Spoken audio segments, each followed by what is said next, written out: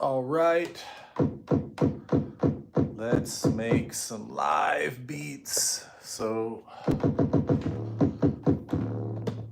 right now I got the MPC one open and let's pick some samples. I got like at the most 45 minutes. So I'm gonna try to be quick. Somebody commented the other day that I work fast. So let's see if I actually do. Let's open up a new track right here because I don't want the MPC drum program. Drums. Let's go to places, my files. I know I got a punk drum kit somewhere in here.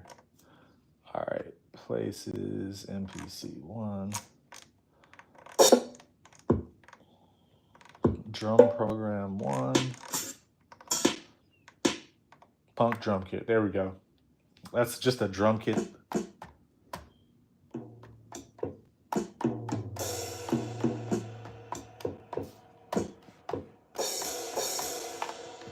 Let's turn it up a little bit. Cool, got that punk drum kit.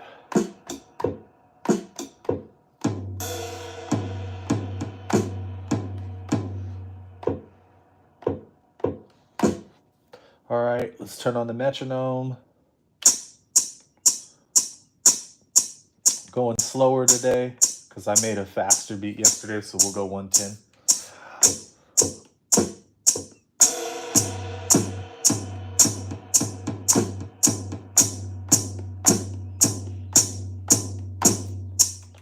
Cool. All right.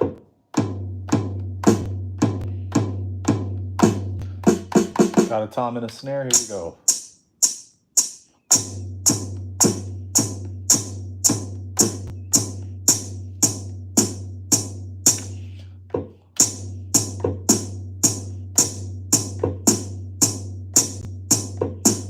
All right.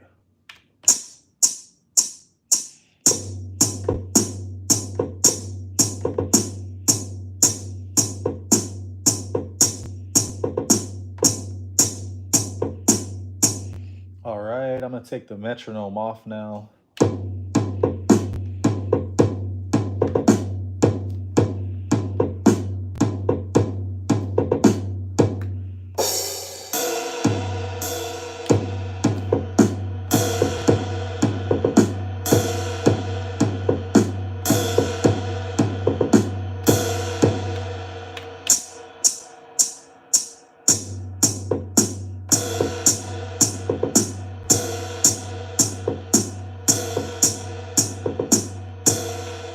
Cool.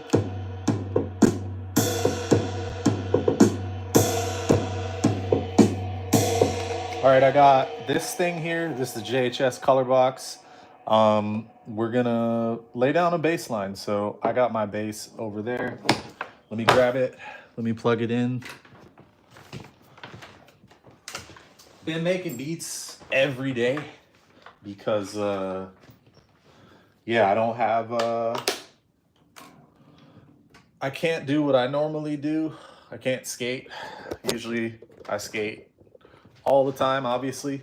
That's my job. I own a skate company. I teach a bunch of skate lessons, skate, but I can't skate right now because I'm injured. I got a concussion last Wednesday. So just trying to be productive. And you know, like, I love music and skating equally, but usually skating takes up most of my bandwidth because it's hard to make money playing music, and I never really put all of my focus into music anyway. It was like a decision in my teens that like music was much harder because of, not because of doing it, just because of like, yeah, you had to have a band, you had to have equipment, that was all expensive. And it's like living in LA, like how would you have the time? So I picked skateboarding because I could do it individually. As long as what I did was impressive, I'd be able to figure something out. I don't regret it, but I wish that I had like paid attention to music at the same time. All right, bass is tuned. Gonna turn this on and let's go back to the MPC. So I gotta create another track. We're gonna create an audio track. I have the JHS color box going into input 1, so I gotta quickly configure the input. So I go to the mixer channel. That mixer channel, having that on this page is amazing. I hit IO, I go from input 1 and 2 to input 1. I don't think my input is up. Now it is, and it's too high.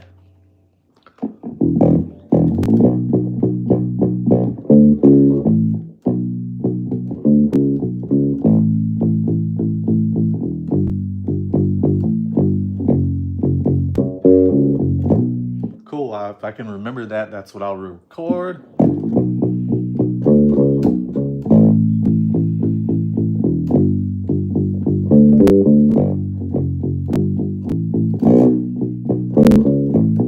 Cool. Make like a gothic type of beat today, just because that's the mood I'm in.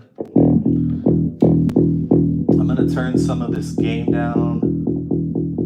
I'm gonna put the low pass down on this. Can you guys see that? Yeah. And now let's go over to the bass. Let's boost it a bit. Got some rumble. Let's go to the mids and turn it to low mids.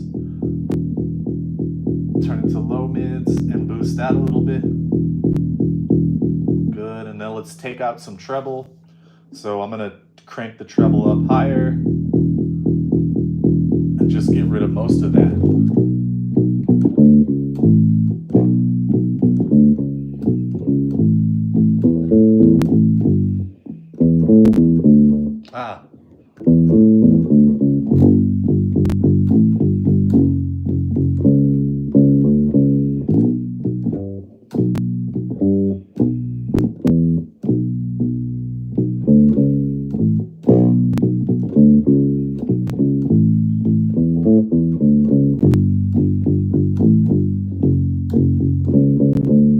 Cool, I'm happy with that. That's a little bit loud.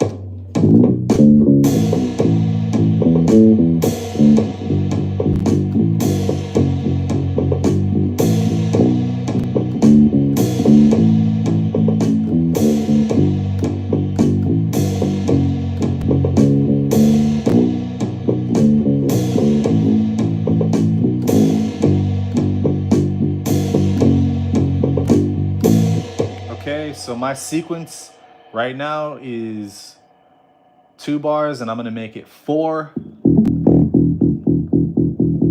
And that bass sounds good enough for me. Let me just practice this.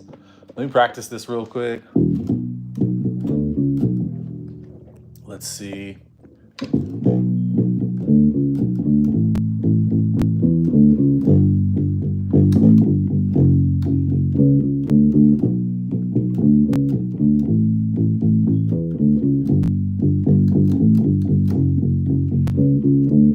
Cool, so now you know it's actually me playing, it's not a loop. I don't use other people's loops. I don't really use samples like that unless they're one-shots for drums, because I don't have fun making music really unless I'm playing music. It needs to be tactile. I've tried to do all that sampling stuff, and it just feels like a poor substitute for, you know, being able to dig in and play the instrument. Like when I play with samples, it feels like playing a video game, like playing Tony Hawk's Pro Skater versus skating, or playing Guitar Hero. Like I played THPS before I started skating, but once I started, really had no appetite for it because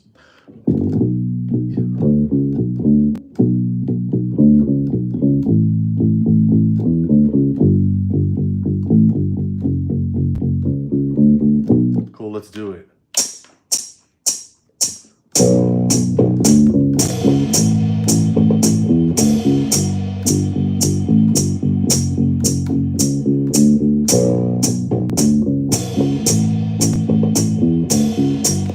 Now that was almost perfect, but I don't know where that big noisy one at the beginning comes, so I'm gonna have to be very, very gentle. Here we go.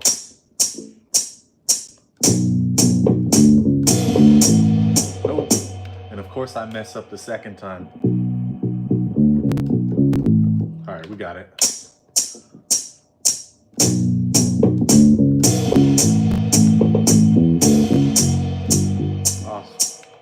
Dang it.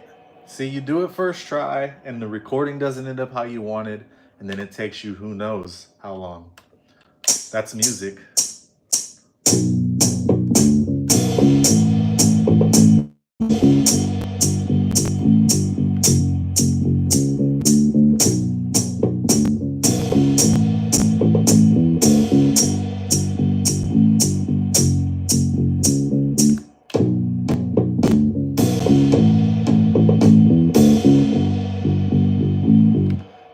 And I gotta do this all over again because I screwed up. So now my sequence was 2 bars and I'd already recorded the drums, and instead of going into that pencil and hitting double length, I added another 2 bars, and so that second set of bars was blank.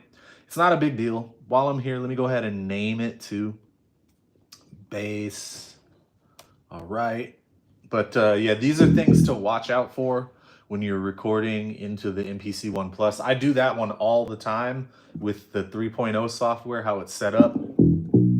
But here we go.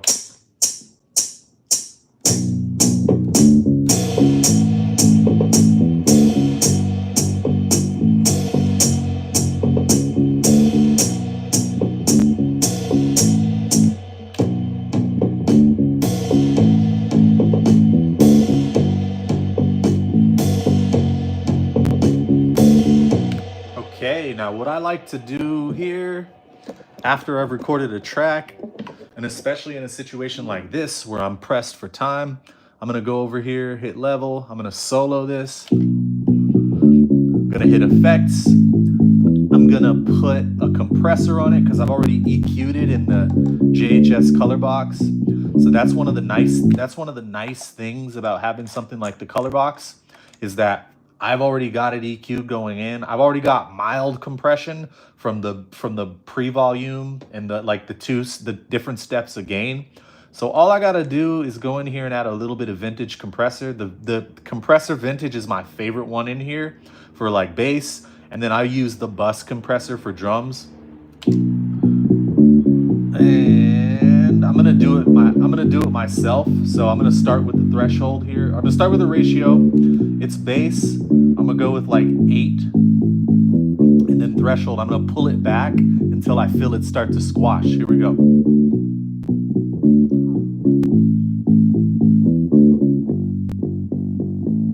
That's too much. Right there, right where it starts to activate. And now I'm gonna mess with the knee. A little bit harsher. Yeah.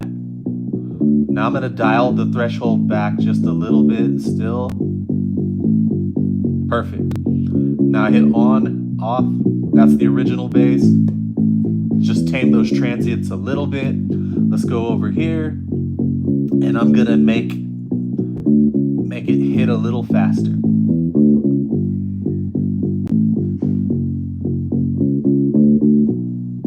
Good.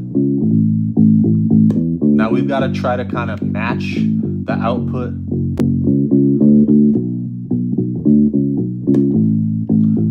You can drop it down a little bit.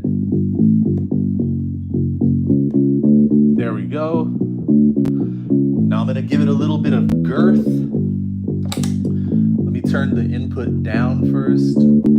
Get rid of the bass.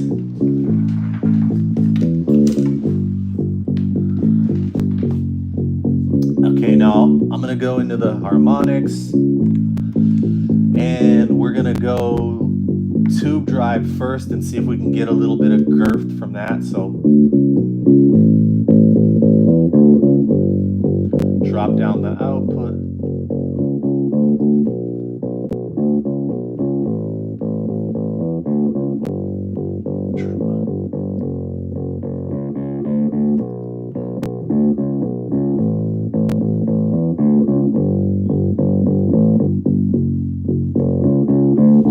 Just makes it a little bit more rapid.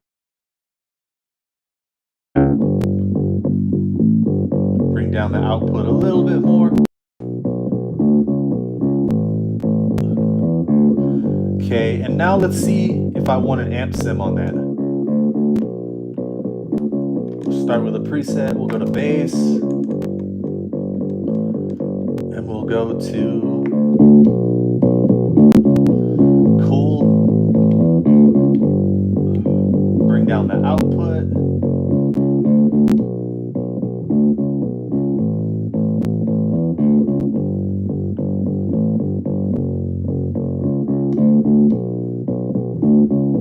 You know what? The bass, the amp wasn't adding that much to the sound, so I don't need it.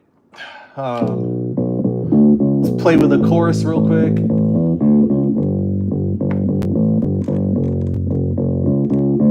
Do I have the Jura chorus? Nope.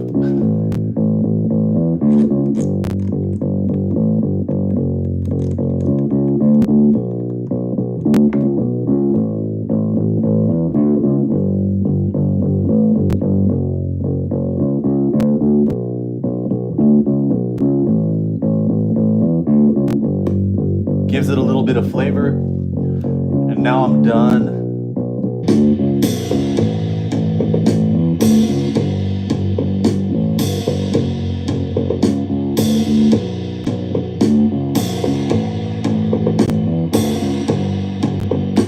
Okay, next thing to do, we're gonna add a little bit of guitar to this. So I got my guitar here.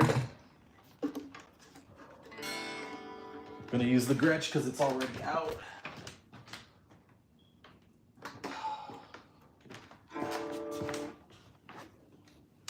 And I love this thing also. Just an amazing guitar. I do have some problems with these fret ends down here.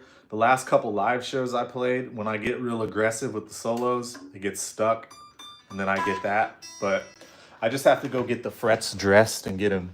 I have a really good setup guy. He'll do that. I was actually considering getting rid of my Les Paul. Took it to that guy and I play the Les Paul like every day again.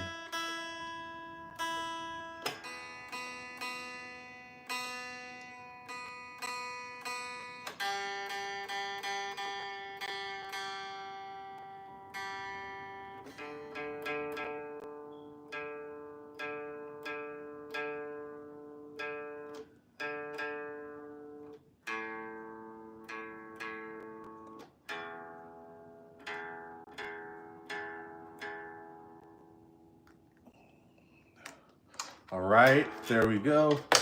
Let's turn the input up.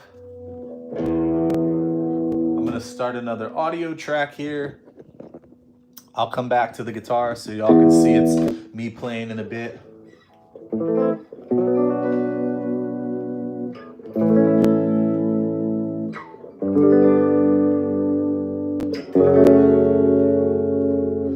Okay. What do I want to do to this? Okay, here we go. I got to go to the IO in out. I got to change it to input 1. Now we definitely are going to have to mess with this EQ, so I'm just going to put the EQ back to the notches in the middle. Turn the volume down. Turn the volume up, actually. Turn up the high pass filter.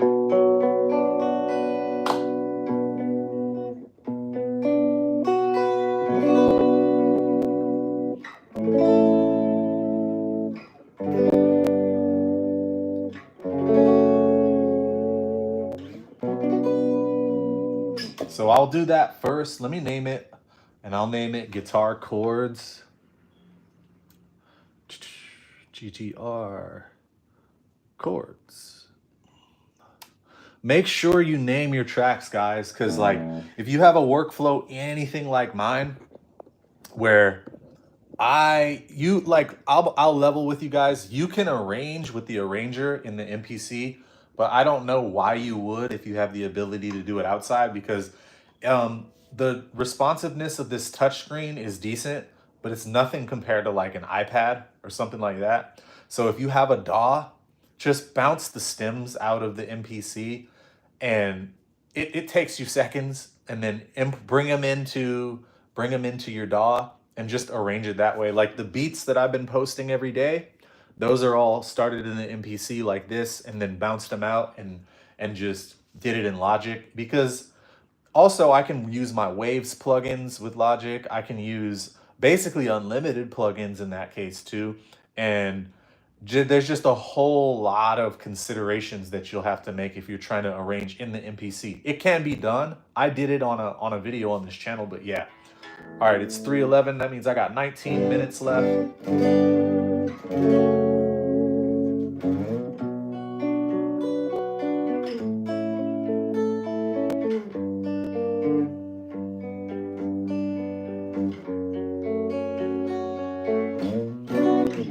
I guess I'll let you guys watch me play the guitar on this one. So.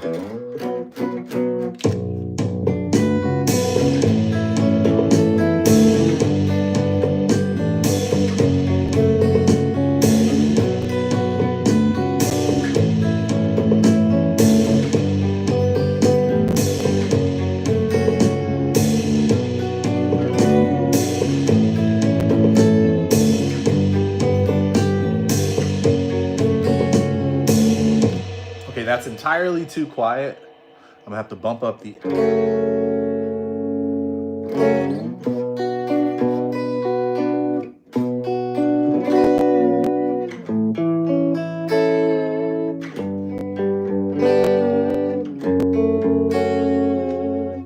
All right, I'm gonna lay that down.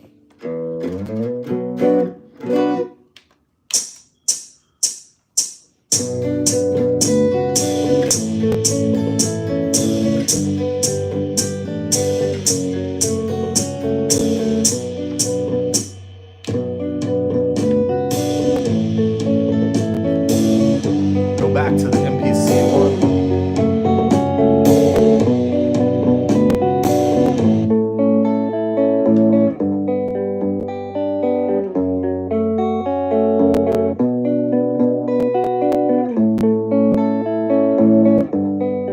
That needs some compression.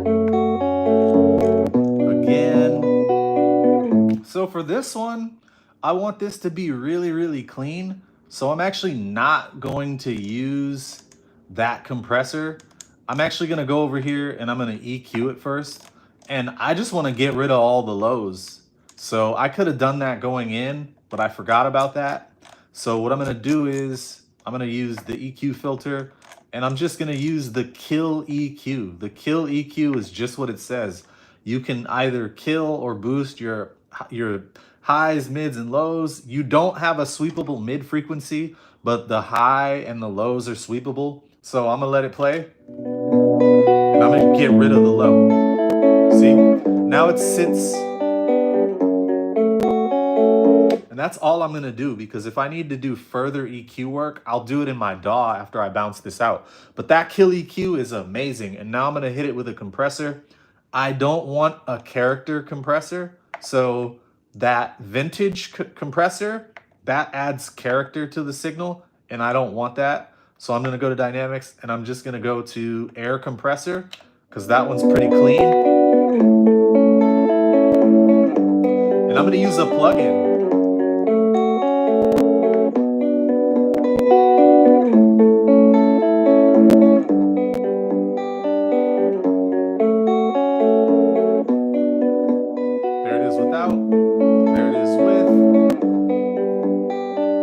Drop the output.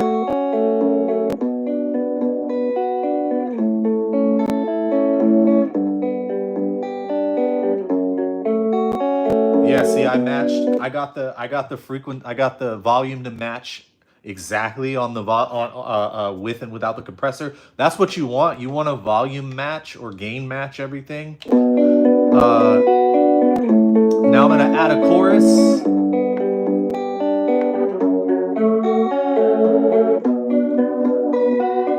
See, there we go. Now if I play it in the mix.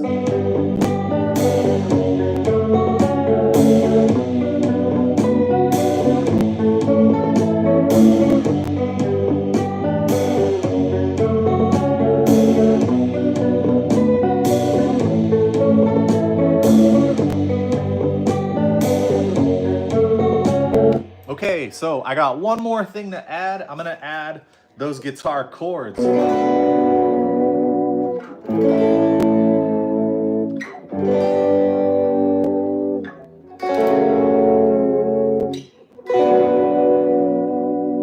And since I started, since I started down here in the lower register, I'm gonna do up strums.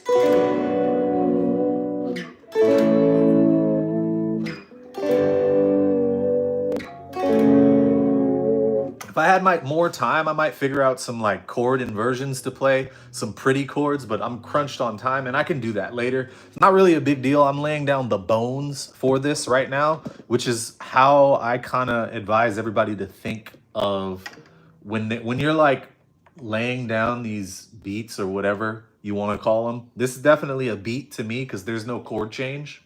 I could add a modulation later, just using pitch shifting in the DAW. Like, there's all kinds of crap I can do. I'm gonna add another audio track, and we're gonna go ahead and name it guitar. Ah, I screwed up. I named the first one guitar chords. It doesn't matter though. We'll just go in and name this one GTR. Go. And now I'm going to go back to the previous track and I'm going to change. It says guitar chords, but it's not chords. I intended to record the chords first. I'm just going to name it picked. Guitar picked. Okay. And all right, let's go back to that other track. Let's change the IO. So I've got to change it from input 1, 2, which is important if you're recording instruments into the MPC. It's always going to start you with a stereo input using both of the inputs it has. So you've got to change it to just input 1 if that's how you want to use it. Now I'm going to go to the bridge pickup for these chords because I used the neck pickup before. A little guitar tip, it's important to like use different pickups or even use different guitars if you can. Normally I would use different guitars, but like I said, I don't have time.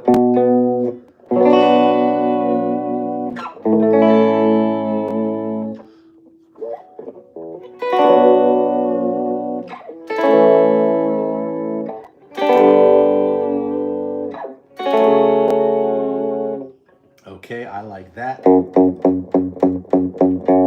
Let's take out some more bass, so dip it.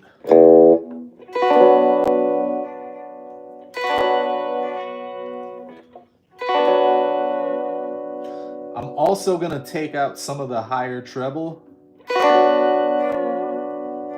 And I gotta take out some mids too, so I'm only cutting here.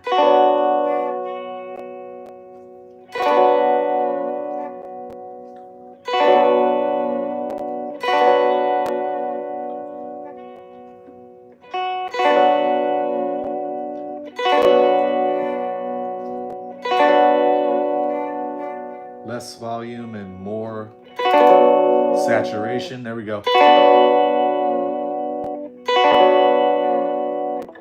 Okay, here we go. I'm gonna do it.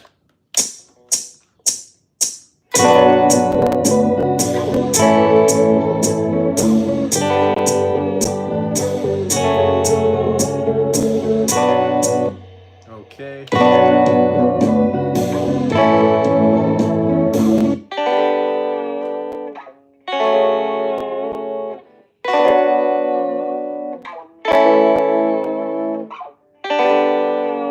All right, we need a compressor so we can tame and flatten some of that. And I haven't decided which compressor I want to use, to be 100% honest. Just because, oh, I'm on EQs. I need to go to dynamics. I'm not going to EQ this right now. Like I said, if I need to get rid of harshness or anything like that, I can do it later. Let's try the optical compressor.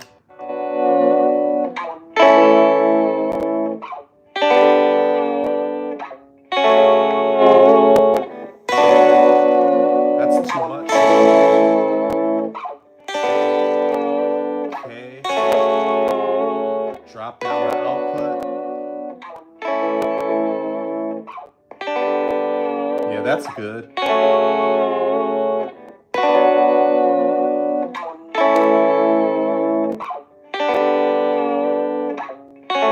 There we go.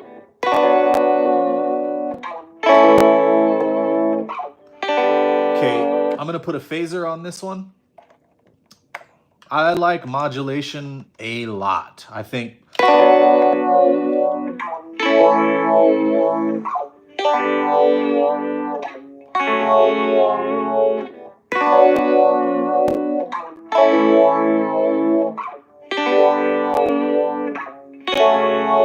I'm gonna put a delay on it.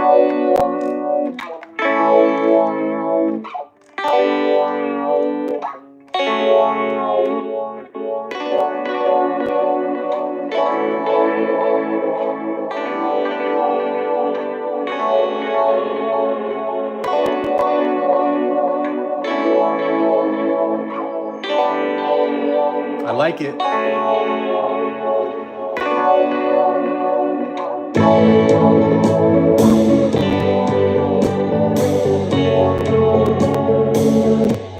Okay, so I'm gonna add an auto pan to that actually. Effects. This one is gonna get the auto pan. I'll probably do quarter notes or maybe even half notes. I'm telling you, modulation is key. Modulation is really where it's at. I use the auto pan sync.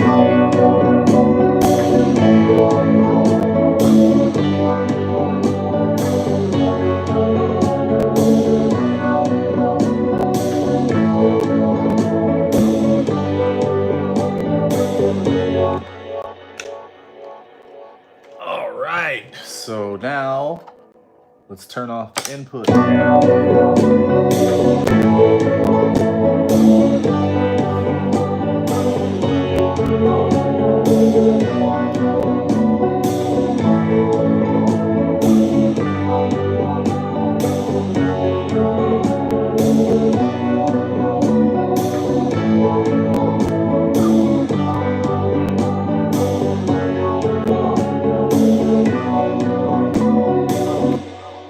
All right, I'm gonna fudge with the drums a little bit just because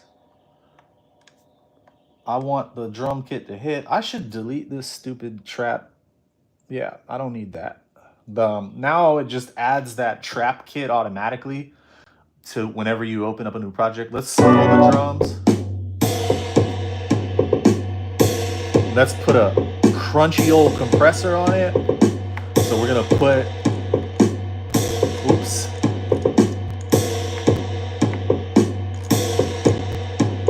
Bus compressor on the drums always for me. And we're gonna turn that old school on. Makes it crunchy. And I'm gonna do 10, assuming that that's 10 to 1. Now let's mess with the threshold.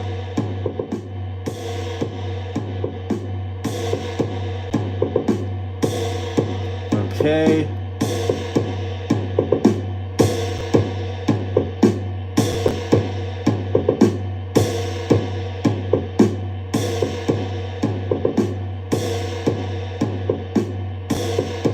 Get it a good pump. Turn the output up.